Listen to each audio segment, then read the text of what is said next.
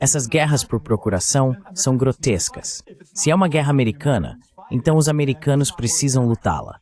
Se não vale a pena ter americanos lutando, então não vale a pena fazê-la. E assim, como americano e ativista anti-guerra de longa data, quando ouvi os americanos dizendo, isso é maravilhoso, podemos fazer todos esses ucranianos morrerem por nós e não precisamos enviar americanos para morrer lá, isso me lembra de atitudes étnicas e raciais que surgiram após a Segunda Guerra Mundial, que são insustentáveis.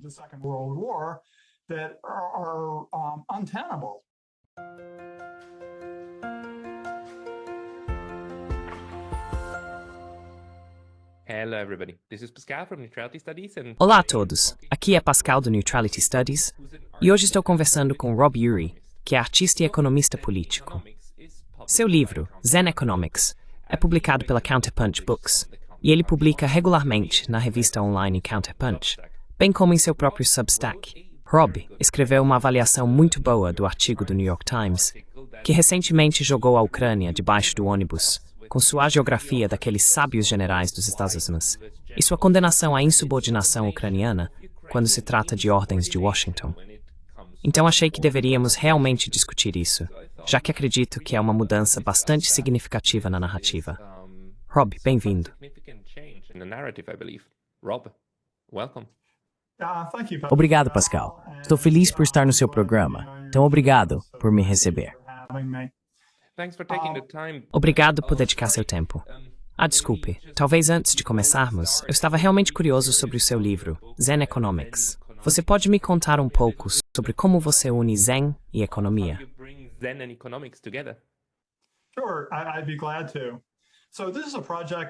Claro, ficarei feliz em ajudar. Então, este é um projeto no qual venho trabalhando há cerca de 30 anos e finalmente consegui dedicar tempo para escrevê-lo. Minha formação é em economia e filosofia. Estudei a filosofia da ciência, a história da ciência e passei bastante tempo com métodos científicos. Também trabalhei por 25 anos em finanças e fui um quant de carreira, que é um conjunto de habilidades, não um trabalho específico. E assim é aplicado a diferentes empregos. Tive algumas percepções sobre como as estatísticas funcionam e a aplicação prática das estatísticas, que é bem diferente da forma como as estatísticas são geralmente explicadas. O que fiz foi pegar a filosofia continental, realmente do final do século XIX e início do século XX, e aplicá-la à economia ocidental que me foi ensinada. Uso isso para desmontar as premissas da economia ocidental. Navor Krimvardur Thrisinov Fazel, no Memphis.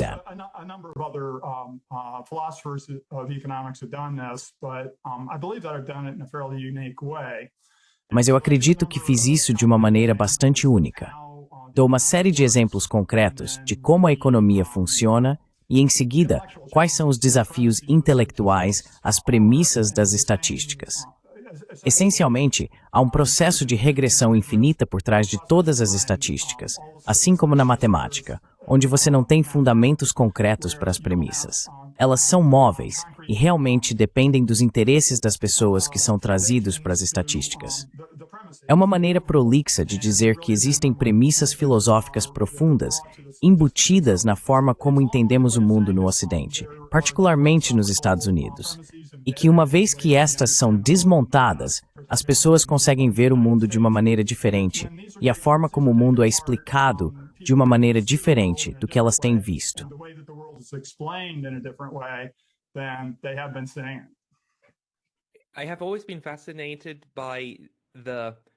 Sempre fiquei fascinado pelo truque que a economia acadêmica moderna conseguiu realizar.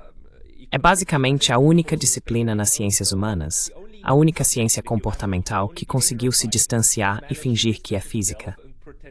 Acho isso bastante interessante, porque muitas das fundações são, na verdade, muito dogmáticas. Vamos dizer, a suposição de que os agentes econômicos têm previsão perfeita. É meio ridículo, mas é axiomático. Então, se olha para esse tipo de premissa,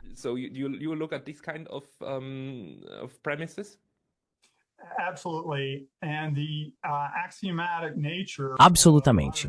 E a natureza axiomática da economia acadêmica moderna é realmente uma grande parte do problema. Quando eu estava na pós-graduação, me disseram que existem essas coisas chamadas fatos estilizados, que são apenas acordos. Há um acordo implícito entre os economistas para não fazer muitas perguntas sobre esse conjunto de fatos com os quais eles estão trabalhando. E não apenas os fatos são duvidosos por si só. Eu voltei através dos artigos acadêmicos até os anos 1970 e a Revolução Neoliberal que começou nos anos 1970. A metodologia é usada realmente como uma cobertura para fundamentos bastante frágeis. Uma vez que as premissas da economia acadêmica moderna são explicadas para pessoas comuns, pessoas que não passaram pelo processo educacional, elas parecem ridículas, porque, e lamento dizer isso, elas são.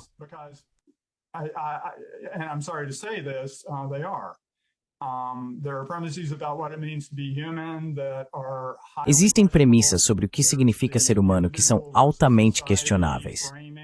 Há a estruturação do indivíduo versus a sociedade que confere uma perspectiva política particular à economia ocidental, que os economistas ocidentais negam absolutamente. Eles dizem que são empiristas, muitos dizem isso. Mas existem fundamentos filosóficos concretos que são ocultados pela economia moderna. Uma vez que o método, por um lado, é abordado, e o conteúdo, por outro lado, é abordado, nenhum faz sentido. E os dois juntos são um projeto ideológico, se assim quiser. E é uma das principais descobertas da economia Zen.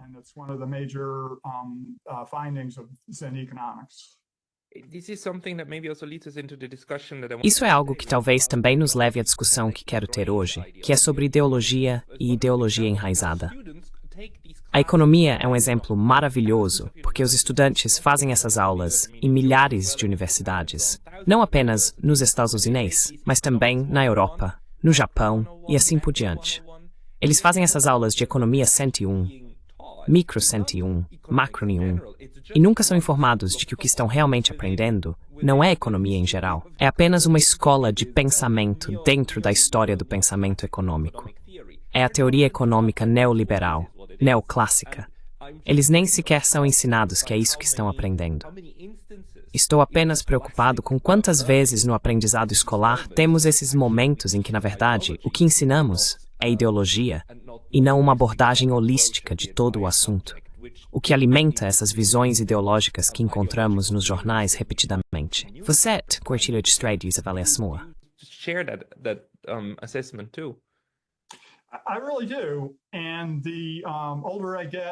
Eu realmente acredito.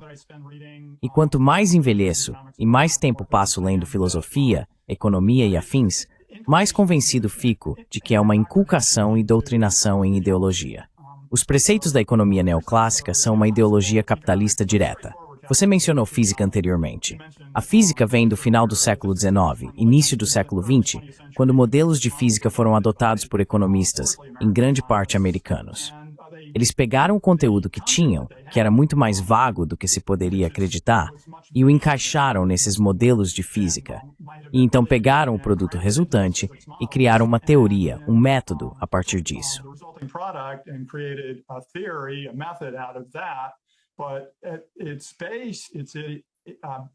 Mas em sua base é uma ideologia capitalista. E o que quero dizer com isso é que é uma premissa de como as sociedades são organizadas e como as pessoas agem no mundo, que tem raízes ideológicas muito específicas. Por exemplo, o marxismo e o marxismo-leninismo têm uma visão social, enquanto a economia neoclássica tem uma visão individual. Os 40 anos de esforços para criar o que são chamadas de microfundamentos para a economia neoclássica não funcionaram. Há boas razões para isso, porque não é assim que as sociedades funcionam.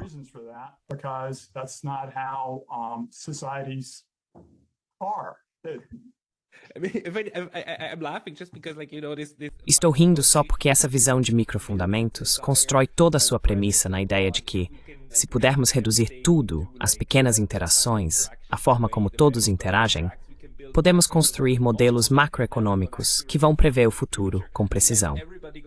E então todo mundo pergunta por que não funcionou da maneira que deveria. É como, bem, porque não é assim que as pessoas funcionam. Elas não têm previsão perfeita. E há muitas outras coisas que elas não têm. Então, se você constrói algo sobre esse tipo de fundamento, é estranho que façamos isso. E isso ainda é um dogma aceito hoje, eu diria, na maioria das de economia no Ocidente. econ classes in the West. Absolutely. It is, and Absolutamente. É verdade. E isso realmente impede a capacidade do Ocidente de avançar, porque as pessoas que estão aconselhando aqueles no poder são educadas em escolas de elite. Conheci vários economistas dessas escolas de elite. Eu fui para uma universidade estadual para meu mestrado em economia, mas conheci muitas pessoas das escolas de elite, e elas são, na maioria das vezes, ideólogas. Isso é uma generalização. Se você olhar para algo como o Departamento de Economia de Harvard, é um departamento enorme.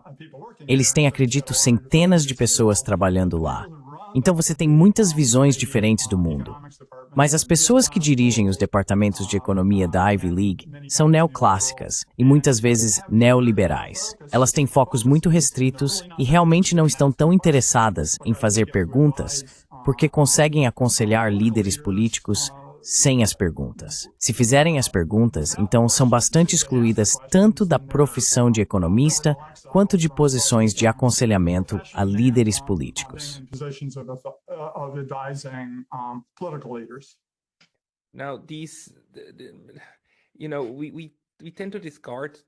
Agora, tendemos a descartar o papel da ideologia, porque, é claro, sempre assumimos que nós mesmos estamos livres de ideologia, certo?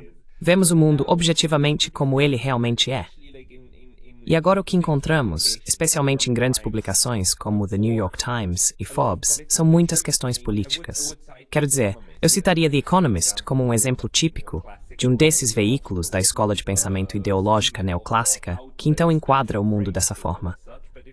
Mas se formos ao The New York Times, há um enquadramento constante, um enquadramento ideológico aplicado a tudo. E o trabalho dos analistas, especialmente se você trabalha na profissão financeira, é desmontar isso e discernir entre fato e ficção, certo? E como as coisas realmente funcionam. Agora, quais você acha que são, além da economia, as maiores ficções ideológicas com as quais estamos sendo alimentados atualmente no discurso ou na mídia mainstream? Discourse or media being fed with.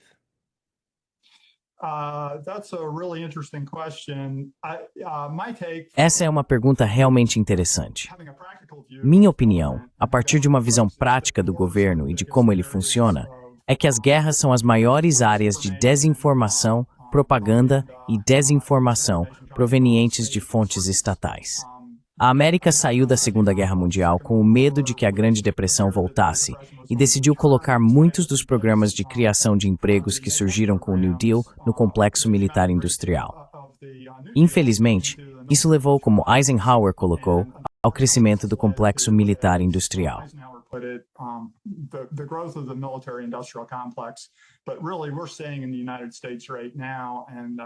Mas, na verdade, o que estamos vendo nos Estados Unidos agora, e eu sugeriria que isso está se espalhando para a Europa como um vírus, é essa dependência ou dependência voluntária sendo criada em excesso do que já foi estabelecido para focar as economias ocidentais na produção militar.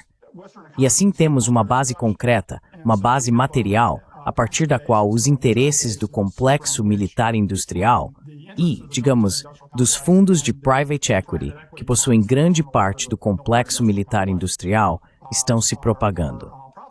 Sou velho o suficiente para ter sido uma criança politicamente consciente durante a Guerra do Vietnã.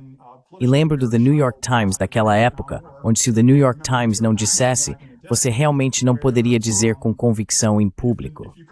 Times didn't say it, you really couldn't say it with conviction in public, and so it was a kind of public filter.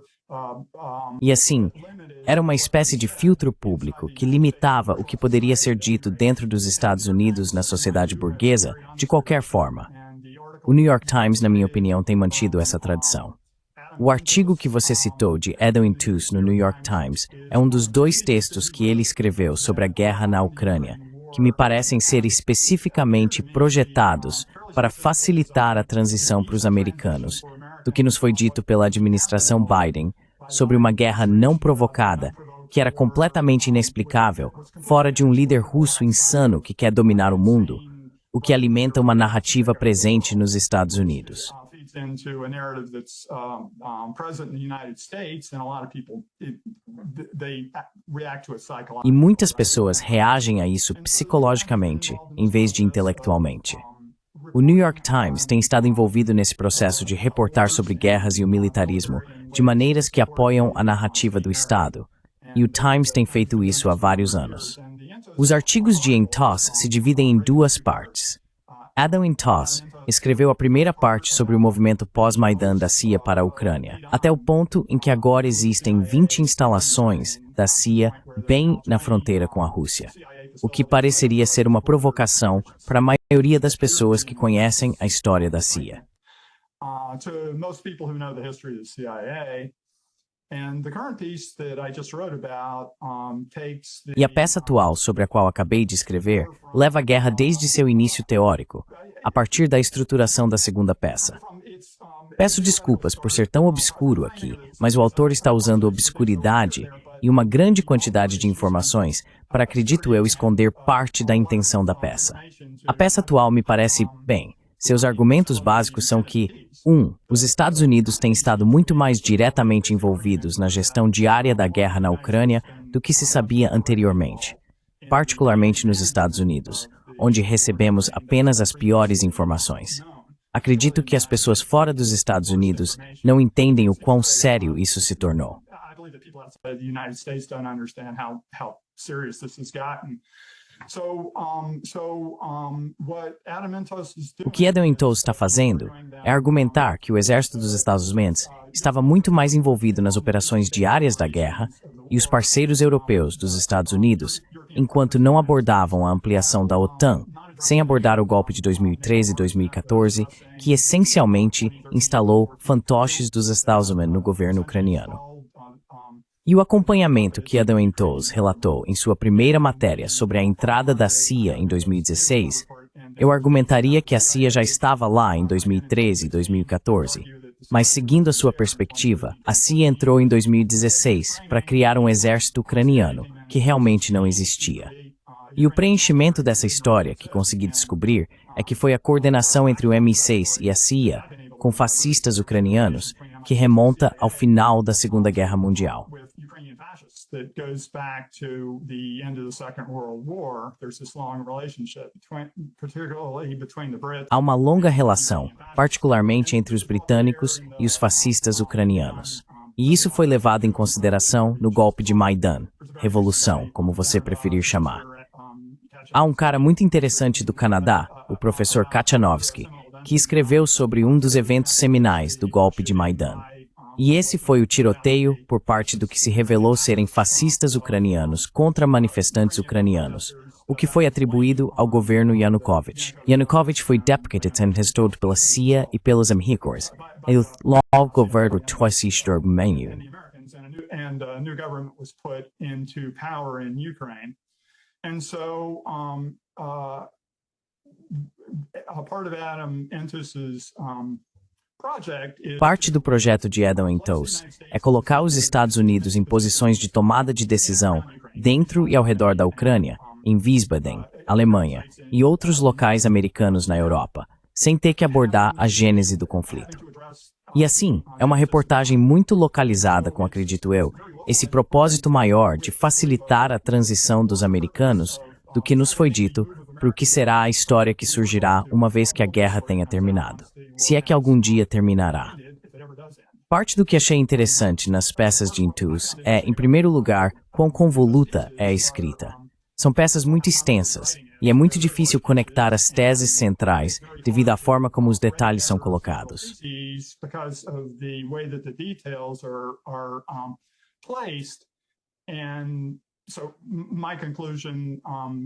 E assim, minha conclusão seria que isso é em parte para obscurecer as questões maiores em jogo. As fontes de Entos são bastante interessantes. No artigo atual, ele cita no início do texto 300 entrevistas com pessoal militar, o que é bom e válido. No final do texto, ele cita, perdoe-me aqui, o American Enterprise Institute, que é um think tank americano favorável aos negócios que escreve legislação de direita para ser entregue a direitistas nos Estados Unidos para ser aprovada. É uma organização política com fortes laços de direita. E o outro é perdoe-me aqui. Right-wing ties, and the other is, forgive me here, I want to get it right. Quero acertar. O Institute for the Study of War, que foi fundado pela cunhada de Robert Kagan, um importante neoconservador americano. E não quero fazer uma acusação de culpa por associação aqui, mas ela é uma defensora entusiasta da ideologia de Robert Kagan. Ela é uma neoconservadora convicta e se orgulha disso. Portanto, não há motivo para esconder isso. Estas são as duas fontes centrais que Intas cita no final do artigo, o que francamente me surpreendeu bastante. E no primeiro artigo, ele cita pesquisa na internet.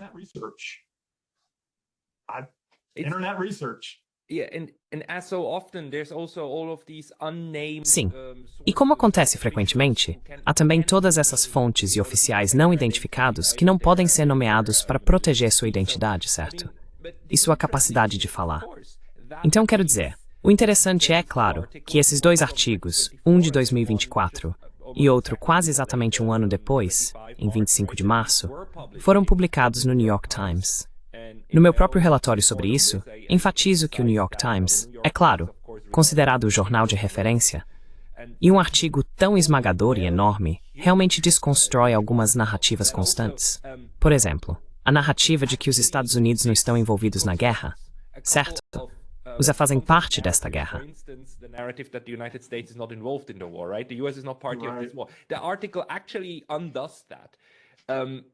O artigo, na verdade, desfaz isso. E isso não quer dizer que seu autor, ou o New York Times, está nos fazendo um favor. Quero dizer, está tentando, eu acho, como você disse, mudar a narrativa para algo novo de que se orgulhar. Orgulhar-se de não ter se envolvido, mas ter feito tudo pela Ucrânia para ajudá-los a vencer. Para se orgulhar de ter sabido o tempo todo que seria difícil, e ter estado envolvido o tempo todo, e ter estado na linha de frente da defesa. Mas o fato de isso estar acontecendo agora é, claro, interessante, certo? Agora que qualquer um de nós que tem acesso a fontes além do The New York Times está ciente de que a guerra está perdida, isso já era. A questão é quão mal será perdido neste ponto, mas não se já era.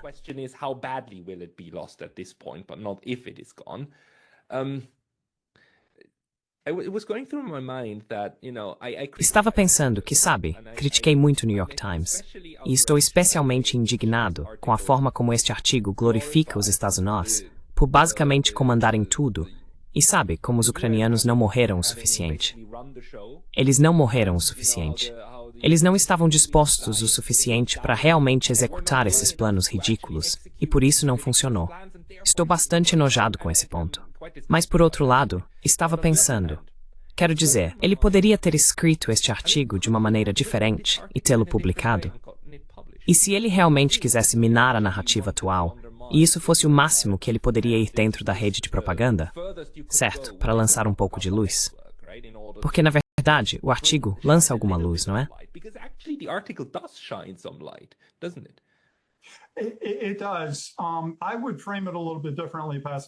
Sim, faz.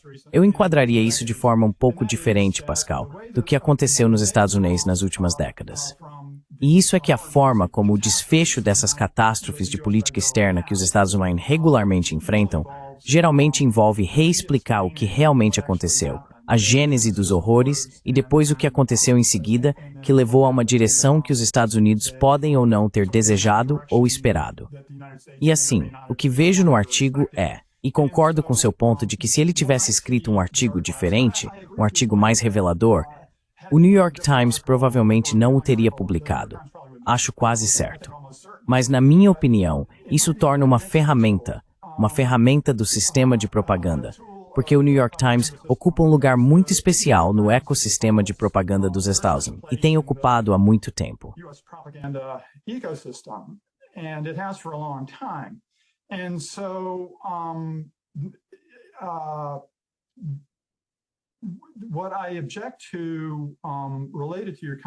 O que eu contesto em relação aos seus comentários sobre o artigo é que Intus está usando essas narrativas locais. Então, ele entrevistou 300 militares. Isso deixa de fora duas questões principais para mim. A primeira é que, ao entrevistar pessoas em vez de relatar fatos, ele não atribuiu ou correlacionou fatos com o que as pessoas estão dizendo. Isso faz parte de uma tendência nos Estados Unidos, onde o que é relatado é o que as pessoas dizem. Portanto, se você olhar para o que foi dito sobre a guerra na Ucrânia, isso explica por que ninguém nos Estados Unidos sabe nada sobre a verdade do que realmente aconteceu lá. O outro ponto é que, dado o lugar especial no ecossistema de propaganda dos Estados Unidos que o New York Times representa, ser apenas um funcionário lá não é suficiente. Por exemplo, Chris Hedges, que é um comentarista popular na internet nos Estados Unidos e costumava ter programas na RT e afins, tem. Eu esqueci onde Yasser vinha com isso. I forget where I was going with that. I mean, he constantly tries to recreate Quero dizer, ele constantemente tenta contar o que aconteceu no local, certo? Quero dizer, ele realmente foi ao Iraque e assim por diante, e ele conta a história do tipo de coisas que aconteceram no local, e então ele entrevista pessoas sobre isso, e ele apresenta ambos. Mas sim, como você disse, apenas entrevistar pessoas e contar suas histórias não faz justiça à reportagem.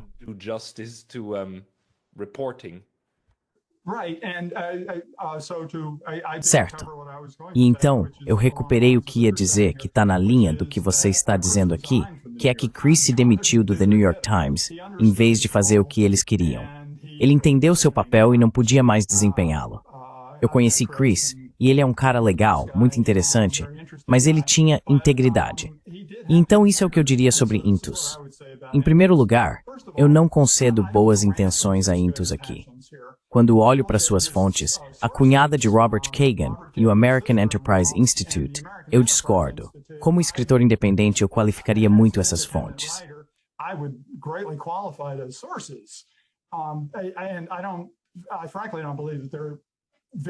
E francamente, não acredito que sejam fontes muito fortes para um artigo tão complexo quanto esses artigos sobre a guerra na Ucrânia. Eles não são especialistas em política externa. Eles não são especialistas na guerra na Ucrânia. E não são repórteres cidadãos que aprenderam o suficiente para dizer algo interessante e plausível sobre as guerras. E, portanto, sou simpático ao Intus e ao The New York Times. Mas eles precisam ser responsabilizados por seu papel neste sistema de propaganda. Os Estados Unidos estão atualmente envolvidos em uma carnificina grotesca na Ucrânia, que precisa acabar. Deve ser encerrada. Isso é um imperativo moral. Peço desculpas por expressar opinião aqui, mas é um imperativo moral. Expressing opinion here, but it's a moral imperative. The war never should have started and it needs to be ended. A guerra nunca deveria ter começado e precisa ser encerrada. Poderia ser encerrada rapidamente, mas a narrativa nos Estados Unidos, em parte graças ao The New York Times, é tão complicada que não conseguimos esclarecer isso. A administração Trump não parece saber nada que seja verdade sobre a guerra. Esperançosamente, eles podem superar a si mesmos para resolvê-la, porque poderia ser resolvida rapidamente. Vejo a peça do The New York Times mais uma vez como facilitando a mudança política da narrativa de que a guerra foi não provocada e que a Rússia é um imperialista impenitente com a intenção de invadir a Europa por os fatos da guerra que incluem 30 anos de expansão da OTAN e a participação ativa dos Estados Unidos na Revolução Maidan, se você quiser chamar assim.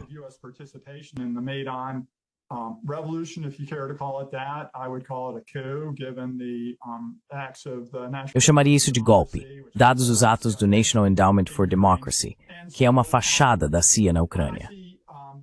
E assim vejo ambas as peças como um esforço para estabelecer as narrativas pós-guerra, de maneiras que admitam o mínimo possível para que os relatos sejam plausíveis, enquanto obscurecem as causas de longo prazo e as maiores consequências da guerra por trás do que parece ser, especialmente a partir da última peça, uma escrita de história de 11ª série.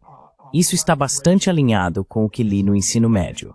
Reportagens históricas de baixa qualidade que relatam o que este general disse versus o que aquele general disse, em vez de colocar os fatos à prova para ver se correspondem ao que realmente aconteceu. The test of do they correspond with what actually happened. I agree with you on when I said like maybe NGOs had. Concordo com você. E quando eu disse que talvez entidades tivessem objetivos mais subversivos, não acho que fosse o caso. Isso só estava passando pela minha mente. É como, qual é o nível do que é dizível ou o que está fora da narrativa, o corredor dentro do qual entidades como The New York Times e outros jornais de propaganda operam, certo? O que está sendo, o que é dizível. E também você sabe o que os editores vão aprovar e o que eles diriam. Tipo, não, não, não, isso não pode ser publicado, porque isso deve acontecer, certo? Ou reescritas. Grandes reescritas devem acontecer em tais peças, porque os editores pensariam, tipo, não, não, não, isso é um passo longe demais. Não queremos irritar ninguém. Não queremos perder nenhuma fonte. We do not want to rob anyone on the wrong shoulder. We don't want to lose any sources. We don't want to. Nós não queremos. Em geral, pareceríamos ridículos se escrevêssemos isso, certo? Então, porque o próprio artigo me mostra o nível em que os Estados Unidos estavam comandando o espetáculo. Não apenas desde 2022, mas desde muito antes. E você sabe, militarmente, até onde isso foi. Eu realmente não... Eu tinha uma suspeita sobre isso, mas nunca tive nenhum tipo de, você sabe, algo que eu pudesse apontar e dizer a alguém que me diz. Mas você sabe, Pascal, são apenas os russos e não os americanos, você sabe. E são os russos e os ucranianos lutando, certo? Os americanos não estão envolvidos. E agora temos esse artigo. E podemos mostrar, tipo, não, essas decisões e os alvos foram escolhidos em Wiesbaden, na Alemanha, pelo Estado-Maior, o Estado-Maior dos Estados Unidos, certo?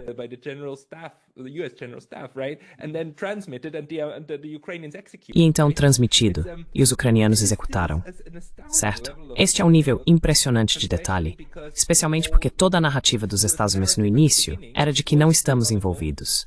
Quero dizer, não somos uma parte da guerra. Somos apoiadores, mas não somos uma parte dela. E em segundo lugar, agora mesmo, até agora, a narrativa dominante é que os Estados Unidos são uma terceira parte, certo?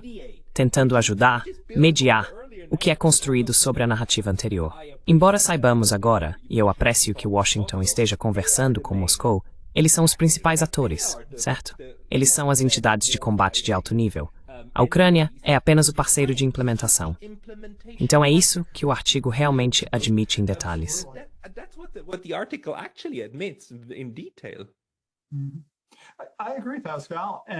Concordo com isso, Val. Acredito que ambas as partes são reveladoras. Foi uma boa informação ser colocada no domínio público que a CIA se envolveu em 2016 e organizou os fascistas ucranianos em um exército ucraniano e, ao mesmo tempo, construiu 20 instalações bem na fronteira com a Rússia para atacar a Rússia, porque essas são provocações definitivas. Ausente a demonização da Guerra Fria da União Soviética, pela qual passei, e depois a recente demonização da Segunda Guerra Fria da Rússia e de Vladimir Putin, a forma como os americanos estão ouvindo esses pontos está inclinada para o entendimento da Guerra Fria da relação Rússia, União Soviética aqui.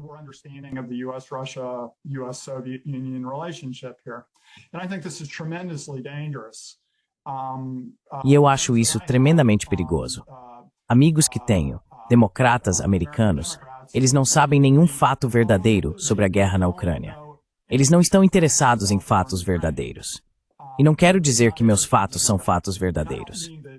Quero dizer que no domínio público há um conjunto de fatos sobre a expansão da OTAN, a Universidade George Washington, o que Gorbachev ouviu, arquivo. Existem boas fontes para pessoas que se importam em se educar, mas os americanos estão tão propagandeados agora. É realmente assustador, Pascal. Eu nasci na América, vivi aqui toda a minha vida. E a quantidade de desinformação e informação errada que tem sido espalhada realmente influencia a forma como as peças de interesse seriam lidas.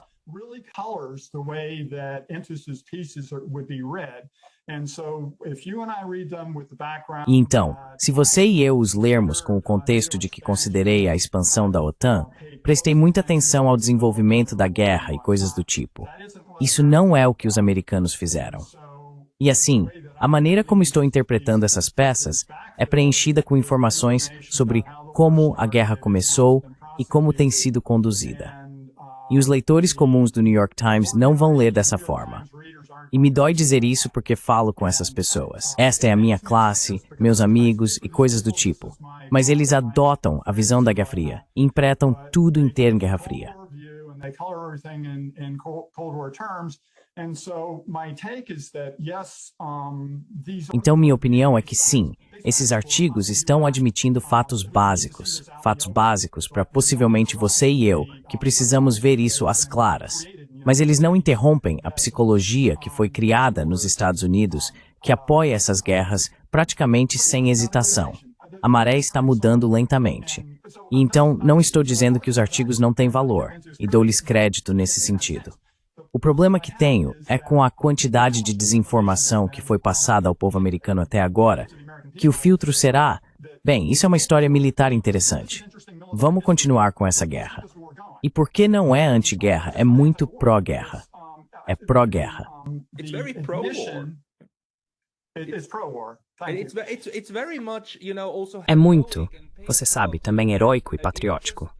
E se apenas mais apoio tivesse sido dado, e se apenas as coisas tivessem sido executadas corretamente, é muito a favor da guerra, certo? E pinta um belo quadro dos generais, certo? Que com todo o coração tentaram ajudar, se apenas os ucranianos tivessem feito certo. if just the Ukrainians had done it right. Ah, damn it. That's a good synopsis. Então, esse é um bom resumo.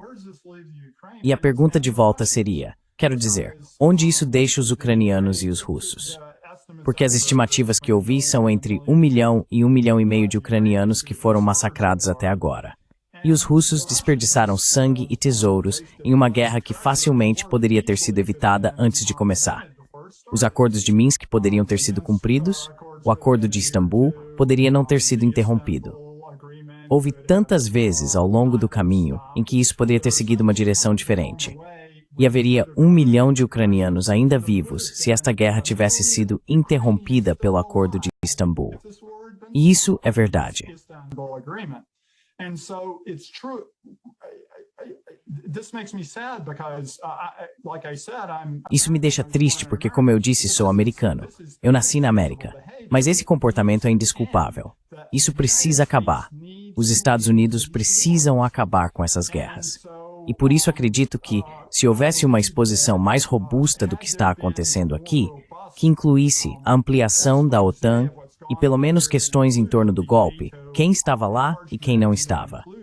Jeff Sachs, ele conversou com pessoas que estavam lá como parte do National Endowment for Democracy. Ele jura que foi um golpe. Eu concordo com isso. A ligação interceptada de Victoria Nuland mostra os Estados Unidos colocando um governo golpista na Ucrânia. E há todas essas informações. And so there's all this information, there are these different paths that these conflicts... Existem esses diferentes caminhos que esses conflitos incluem. O que está acontecendo em Israel e as guerras da América aqui, é claro. E me dói que não possamos chegar a um momento de verdade e reconciliação, de perceber o que a América fez e direcionar os Estados Unidos em uma direção diferente. O que é realmente triste nisso é que a liderança dos Estados Unidos está contando com a produção militar para ser o motor econômico dos Estados Unidos no futuro, junto com a IA. Então, há algumas apostas realmente fracas aqui para um império em declínio. O pânico está se instalando, e o artigo de Intus parece apenas conversa superficial, um problema para admitir verdades parciais, sem chegar às grandes verdades de que essas guerras são injustas e precisam ser interrompidas. Yeah, no. No, I completely agree. And Concordo completamente. the thing to me E a questão para mim é que você sabe, na Guerra Fria e ainda no início dos anos 90, para desconstruir os processos políticos na União Soviética e entender como a tomada de decisões acontecia, o que as pessoas tinham que recorrer, porque os arquivos não estavam abertos, era o estudo da propaganda, certo?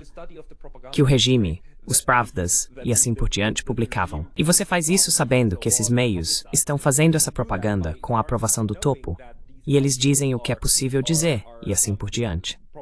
E então você tenta raciocinar de trás para frente, certo?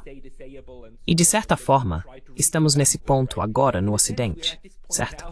Temos que raciocinar de trás para frente para entender onde o processo político realmente está levando em conta, você sabe, as outras coisas que podem ser conhecidas por, você sabe, repórteres no local, que realmente postam coisas no Telegram e assim por diante, e ouvindo o outro lado, certo? Mas temos que juntar tudo. A questão para mim, usamos uma frase muito importante, e isso é sangue e tesouro. We used a very important sentence, and that's blood and treasure. And blood and treasure is like a very American way of E sangue e tesouro é uma maneira muito americana de entender quais são os custos da guerra. Mas para mim, é como, não é a guerra na Ucrânia e algumas das outras guerras, mas especialmente a guerra na Ucrânia, o epítome como o auge dos Estados Unidos terem aprendido a usar tesouro dentro de sua própria economia para impulsionar sua própria economia e não pagar com sangue, 0 gotas de sangue americano, para lutar uma guerra inteira. Quero dizer, em termos de lógica militar, é feito de uma maneira muito maligna, muito brilhante, que você faz isso. E isso ainda está sendo camuflado no momento, com esse tipo de enquadramento sobre o que a guerra era.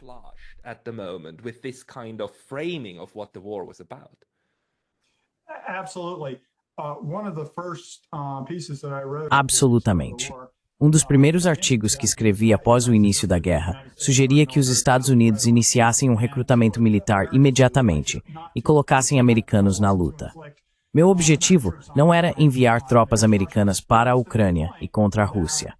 Era para destacar que essas guerras por procuração são grotescas e que se é uma guerra americana, então os americanos precisam lutar. Se não vale a pena que americanos lutem, então não vale a pena fazer.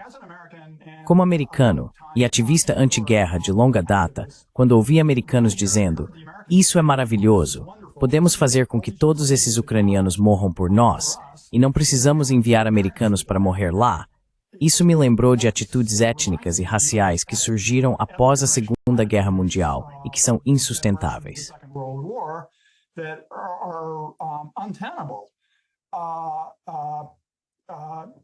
A ideia de que, na minha opinião, uma vida ucraniana vale uma vida americana, vale uma vida chinesa, vale uma vida russa.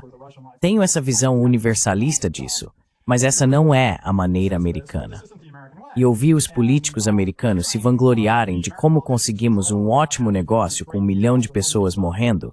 Estou francamente sem entender de onde vem essa psicologia, essa visão de mundo. Mas é prevalente nos Estados Unidos. E acredito que é importante para as pessoas fora dos Estados Unidos entenderem o quão fundo no buraco o país realmente foi com essas guerras e com os esforços para legitimá-las, que fazem dos Estados Unidos um pária na cena internacional.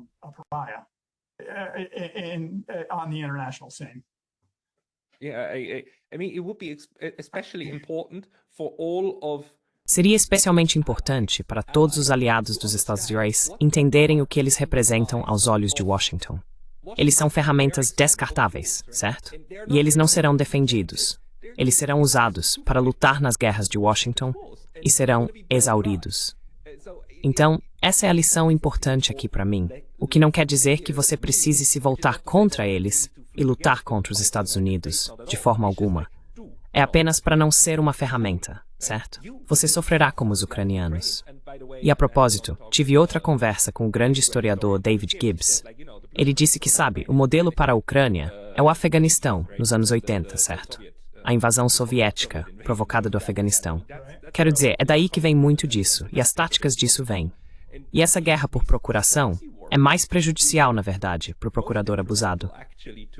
Então, me pergunto, como levar essa história para o mainstream e essa percepção de que ser um aliado é muito, muito perigoso, na verdade?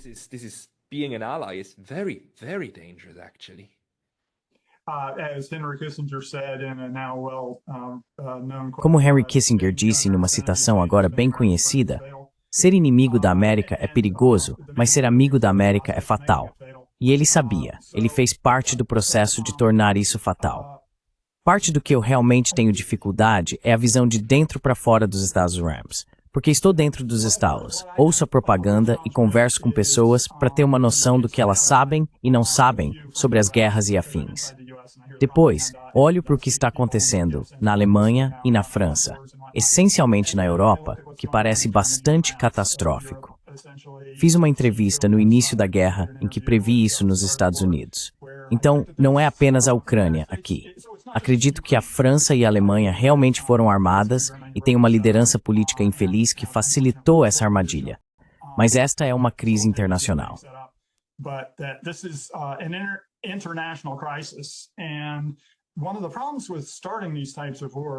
E um dos problemas ao iniciar esses tipos de guerras é que não há como prever a direção que elas tomarão uma vez que estejam em andamento. E assim, por exemplo, se Donald Trump não conseguir realmente parar esta guerra na Ucrânia, então ela vai continuar. E com que efeito? Não há um bom propósito para os Estados Unidos continuarem com isso. Não há um bom propósito para os chamados parceiros europeus e a OTAN participarem com os Estados Unidos na continuação disso. É algo que precisa ser encerrado. Mas os Estados Unidos criam essas guerras de movimento perpétuo, onde ninguém quer assumir o custo político de encerrá-la.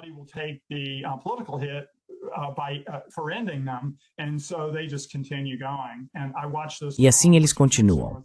E eu vi isso desde Richard Nixon, com a Guerra do Vietnã, até hoje, onde com um sistema político mais direto e uma visão mais direta do mundo, você simplesmente fala com poderes concorrentes, como Vladimir Putin faz razoavelmente bem, e resolve a situação. E vai ser doloroso para todos, mas a liderança política americana não gosta de dor, e eles não querem assumir o golpe de parar, acabar com essas guerras. Porque então, e isso também se relaciona com a peça de Entos, as imagens começam a inundar, mostrando quão destruída está a Ucrânia.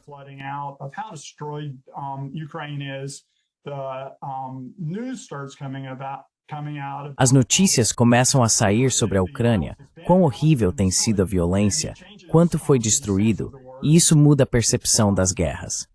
E assim, há esse incentivo para os políticos simplesmente continuarem com isso. Minha percepção sobre a guerra na Ucrânia, como escrevi em Paz, é que o governo Trump quer uma guerra na Ásia Ocidental e que estão consolidando forças militares, suprimentos e material bélico e afins para avançar com isso. Mas ambos os esforços precisam ser encerrados rapidamente pelo bem do mundo. E eles estão no processo de ganhar uma vida além da qual os Estados Unidos não podem controlá-los.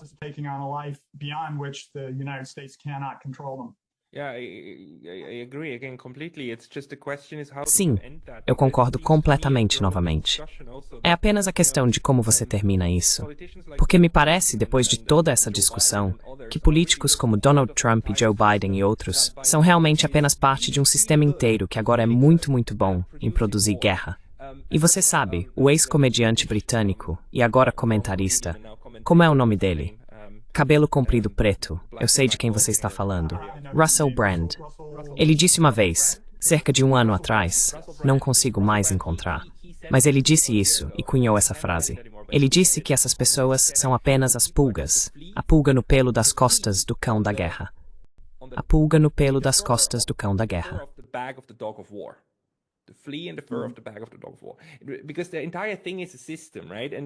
Porque tudo isso é um sistema, certo? E você tem o complexo, militar industrial, congressional, think tank, mídia.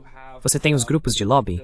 Você tem os esquemas monetários, certo? Que circulam e produzem essas estruturas de incentivo. Você tem o New York Times e outros que cobrem tudo isso. E então você tem os políticos que estão lá, basicamente não porque são brilhantes, mas porque conseguiram subir e foram empurrados para essas posições. E o sistema descobriu como usar todo esse material produzido pelo complexo militar industrial, que então alimenta novamente o keynesianismo econômico e os booms, o que o mantém vivo.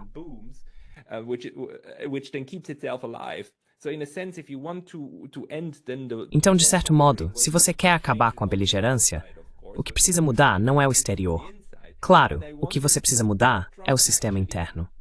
E me pergunto se Donald Trump, mesmo sem entender tudo isso em um nível, começou a compreender que o problema está no interior.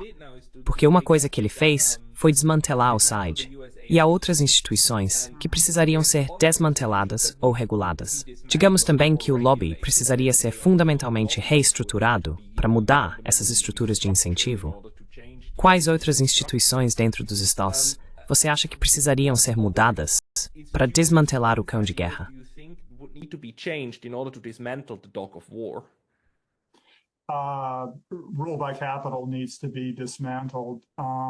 O domínio pelo capital precisa ser desmantelado, e isso é uma tarefa difícil, sem dúvida. Então, um dos meus pensamentos seria que não sou avesso a ver o mercado de ações cair bastante. Como disse antes, trabalho em finanças, e o valor justo por um mercado de ações é cerca de metade do valor atual.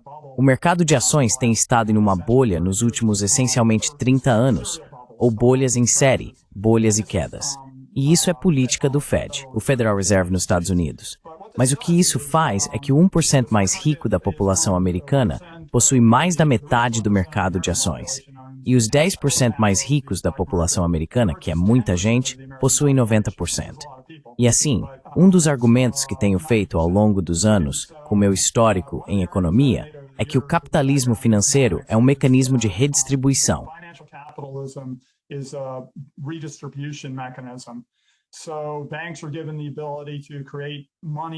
Então, os bancos têm a capacidade de criar dinheiro do nada, o equilíbrio de um acordo para reembolsar um empréstimo contra a criação do dinheiro, e o dinheiro é distribuído no sistema financeiro. E isso vai para os oligarcas, o 1% que possui o mercado de ações. Por exemplo, a política do Federal Reserve nos Estados Unidos é configurada para ser explicada como no interesse amplo do povo dos Estados Unidos, quando está no interesse de alguns poucos oligarcas e realmente não muito mais. É realmente bizarro que haja tanto foco em um mercado de ações que cria a imagem de que ricos e pobres têm destinos semelhantes. Têm destinos que estão interligados quando na verdade não estão.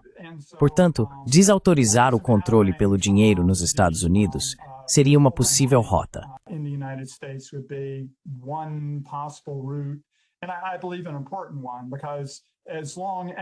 E eu acredito que isso é importante, porque enquanto algumas dezenas de pessoas tiverem todo o dinheiro, elas vão controlar a economia política ocidental. E é assim que tem funcionado, de fato.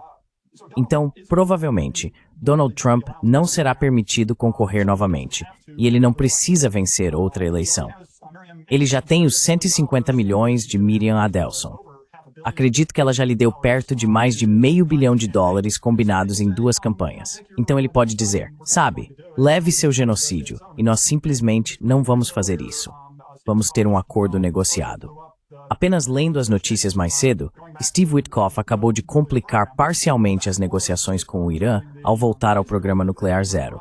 Então, o vai e vem para resolver a questão. Israel e Irã oeste da Ásia está sendo desnecessariamente complicado e parece estar se tornando inviável.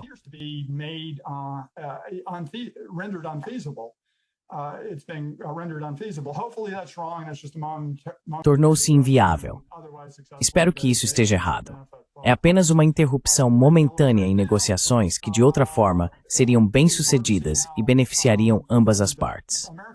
Mas da forma como parece agora, é difícil ver como, do ponto de vista político americano, os políticos serão incentivados a mudar de direção. Donald Trump entrou prometendo acabar com as guerras e se vendeu como um candidato da paz. Infelizmente, eu previ que ele se veria dessa forma, mas que, uma vez no cargo, as complicações seriam trazidas e entregues a ele.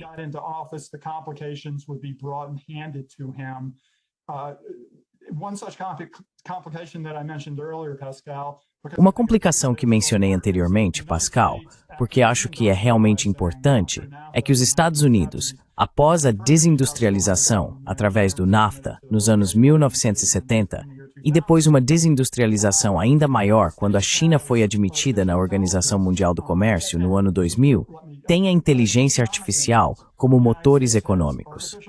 Os Estados Unidos têm uma indústria de tecnologia verdadeiramente trágica que dedicou seus esforços a vigiar o povo dos Estados Unidos e do mundo para fins políticos, ou pelo menos disponibilizar suas tecnologias de vigilância para pessoas com fins políticos.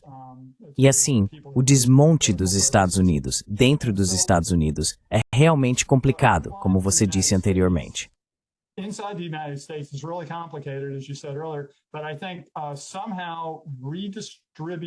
Mas eu acho que, de alguma forma, redistribuir, reorientar a economia, para que o poder seja transferido de alguns oligarcas para o povo, removeria o incentivo que os políticos americanos atualmente têm para lançar essas guerras. Se os oligarcas forem despojados de poder, então Miriam Adelson não vai dar 150 milhões ou 600 milhões para Donald Trump. Os outros oligarcas não vão financiar essas campanhas. Então os políticos não vão estar tão interessados no que eles têm a dizer. Portanto, eu sugeriria uma base material para repensar a economia política ocidental. E minha outra sugestão tem sido estabelecer não um governo concorrente em espera, mas um grupo de políticos anti-guerra. Minha perspectiva é de esquerda, marxista-leninista, mas deve ser uma coalizão muito ampla, sem dogmatismo aqui, que esteja disposta a seguir uma direção diferente, mas que esteja fundadinho com esse assunto. Familiar with the subject matter. I think Jill Stein, the Green Party candidate, would be... Acho que Jill Stein, a candidata do Partido Verde, seria uma pessoa maravilhosa para isso. Mas tê-los prontos para que, quando a crise que acredito estar por vir a acontecer, uma combinação do mundo se dissolvendo de maneiras inesperadas e a economia não respondendo aos programas do Sr. Trump da forma que ele sugere, que a resposta será? Acredito que haverá uma abertura para uma alternativa à visão de mundo existente que poderia ser levada ao poder e que teria, em contraste com a visão de Donald Trump, de enriquecer alguns oligarcas, uma perspectiva ampla, populista, marxista-leninista, como você quiser chamar, que está cuidando de todos nós, que está estabelecendo como objetivo um nivelamento do poder econômico para que a política possa ser reduzida, nivelada, para que essas guerras possam ser encerradas e para que os oligarcas não governem mais o Ocidente.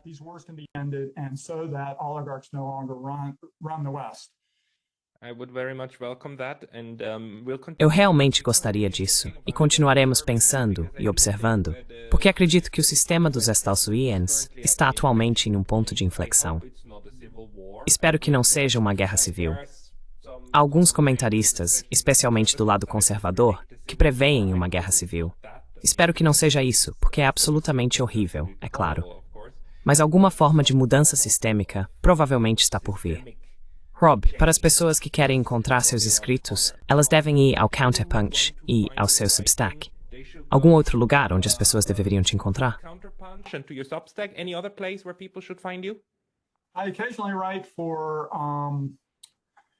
Ocasionalmente, escrevo para o Naked Capitalism, que é um site de economia e política. Vou trabalhar para distribuir meus escritos de forma mais ampla. No site Counterpunch, tenho cerca de 280 artigos que escrevi ao longo dos anos e que foram publicados lá. Para aqueles que estão interessados no desenvolvimento do pensamento político ocidental nos últimos 15 anos, é um bom recurso. Também escrevo de forma bastante regular no Substack. Nemovsky Moksizemons, unisweb.substack.com. Pessoal, vocês também encontrarão isso no link na descrição abaixo. Rob Uri, muito obrigado pelo seu tempo hoje. É por Mascal.